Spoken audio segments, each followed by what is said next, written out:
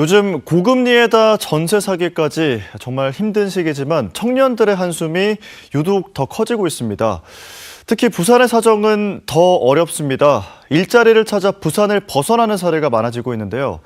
부산 청년 일자리 사업에 4년 동안 2천억 원에 달하는 예산이 투입됐지만 해마다 부산에서 청년 인구 비중은 계속해서 줄고 있습니다. 정진명 기자의 보도입니다.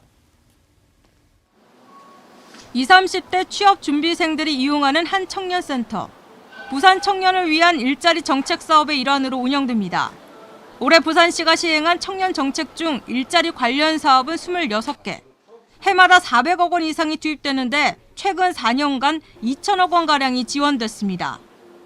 16개 사업이 진행되고 있는 서울시와 비교해 사업 수가 2배가 될 정도로 종류도 많습니다. 하지만 부산을 떠나는 청년은 갈수록 늘면서 청년 인구 비중도 줄고 있습니다. 특정 학과 대상으로 뭔가 하는 것도 있고, 이제 예를 들어서 이제 구직 지원금 이런 것 같은 경우는 이제 또 인원이 제한돼 있거든요. 소득 분위 같은 것도 보고. 그러니까 뭔가 이제 또 신청이 안 되는 부분 그런 것들도 많더라고요. 지역의 열악한 노동 환경도 여전합니다. 부산 지역에 직장을 다니는 청년 중 44.6%가 중소기업에 다니고 이들 중 절반 이상이 1명에서 4명으로 구성된 소규모 사업장이었습니다. 지자체에서 해주는 건 주로 인턴이나 좀 단기간 계약직 이런 직책이 좀 더 많은 것 같고 저는 정규직을 준비하는 입장에서 그런 부분이 저하고는 조금 안 맞지 않았나.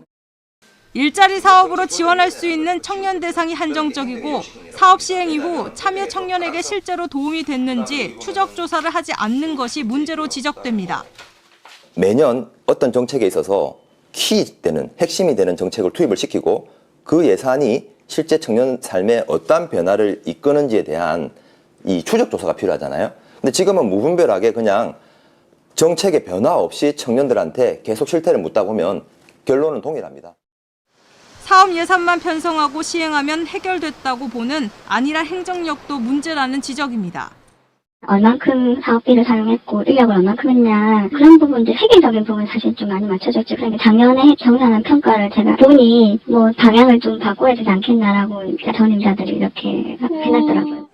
부산시는 일자리 사업의 한계를 인정하면서도 효과가 나타나는 사업 분야도 있어 실효성을 높이기 위해 더 노력하겠다고 밝혔습니다.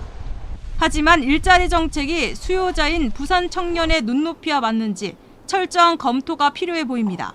MBC 뉴스 정지명입니다.